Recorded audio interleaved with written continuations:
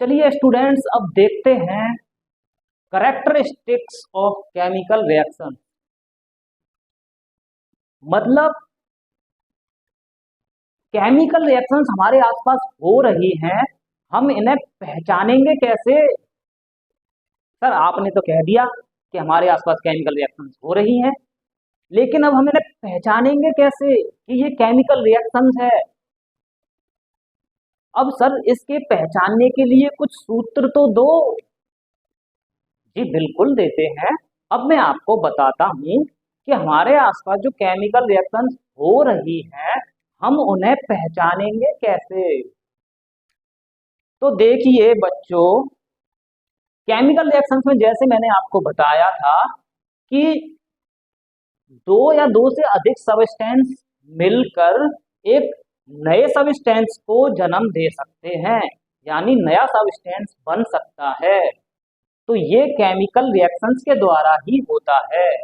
और chemical reaction जब भी होती है तो उसमें कुछ ना कुछ चेंज जरूर होता है, यानी केमिकल चेंज जब होता है तभी वो केमिकल रिएक्शंस कहलाती हैं। चलिए अब हम इसको देखते हैं कि हम कैसे पहचानेंगे कि हमारे आसपास वातावरण में केमिकल रिएक्शंस हो रही हैं। ठीक है, चलिए देखते हैं।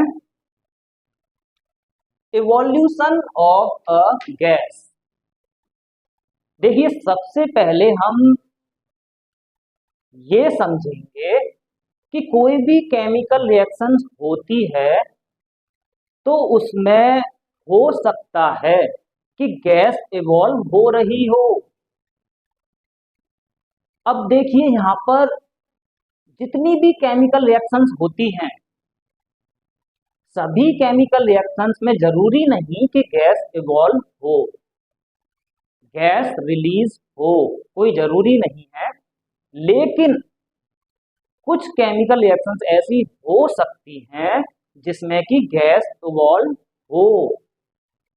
तो देखिए गैस रिलीज होने के भी कई कारण हो सकते हैं। किसी सॉलिड को जब आप जलाओगे तो उसमें से गैस रिलीज होगी। कभी कभी ऐसा भी होता है दो लिक्विड मिलकर रिएक्शन करें और उसमें गैस रिलीज हो। तो गैस रिलीज होने के भी कई कारण हो सकते हैं। कोई कागज है, कागज को आप जलाओगे तो उसमें से गैस रिलीज होगी। मोमबत्ती आप जलाओगे उसमें से भी गैस रिलीज होगी। तो इस तरीके से आप पहचान सकते हैं कि ये हमारे आसपास केमिकल रिएक्शन हो रही हैं जिसमें कि गैस इवॉल्व हो रही है। दूसरा देखते हैं, फॉर्मेशन ऑफ अ प्रेसिपिटेट। अब ये प्रेसिपिटेट क्या है? प्रेसिपिटेट जब फॉर्म होता है जब कोई दो सॉल्यूशंस मिलकर एक दूसरे के साथ रिएक्ट करें। दो लिक्विड एक दूसरे के साथ मिलकर रिएक्ट करते हैं तब प्रेसिपिटेट फॉर्म हो सकता है। लेकिन जरूरी नहीं कि सभी रिएक्शंस में प्रेसिपिटेट फॉर्म हो, लेकिन कुछ रिएक्शंस ऐसी होती हैं जिसमें कि प्रेसिपिटेट फॉर्म होता है।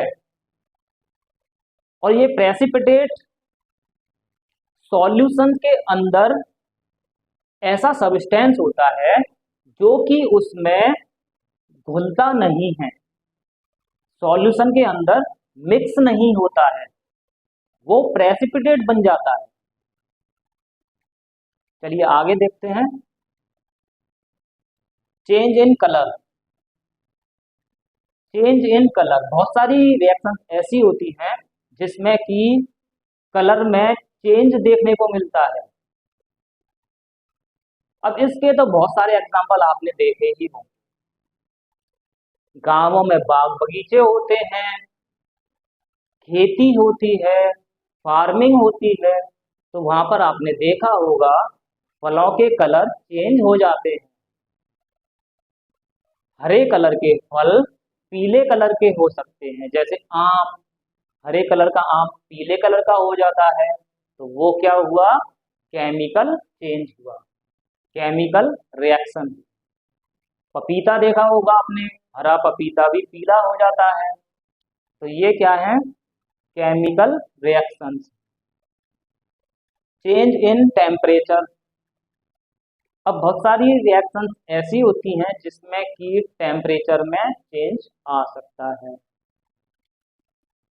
जब दो सब्सटेंस मिलके कोई प्रोडक्ट बनाते हैं या कोई नया सब्सटेंस बनाते हैं, तो उसके टेम्परेचर में भी चेंज आ सकता है। जो बनने वाला सब्सटेंस है या प्रोडक्ट है, उसका टेम्परेचर जो पुराने सब्सटेंसेस होते हैं उनसे अलग हो सकता है। चेंज इन स्टेट, अब केमिकल रिएक्शन कुछ ऐसी भी होती हैं जिसमें कि स्टेट चेंज होती है।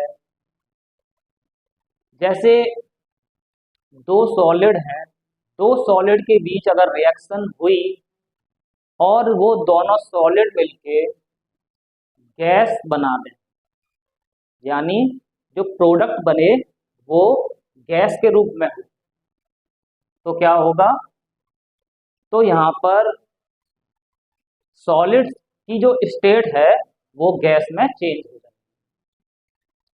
अब ये भी हो सकता है कि दो सबस्टेंस जो कि गैस हैं और वो मिलकर सॉलिड बना दें, तो यहाँ पर भी स्टेट चेंज हो जाएगी। तो आपने देखा चेंज इन स्टेट।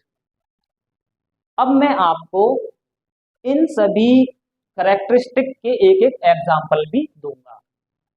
जैसे इवोल्यूशन ऑफ अ गैस है, तो अब मैं आपको इसका एक एग्जाम्पल भी बताऊंगा।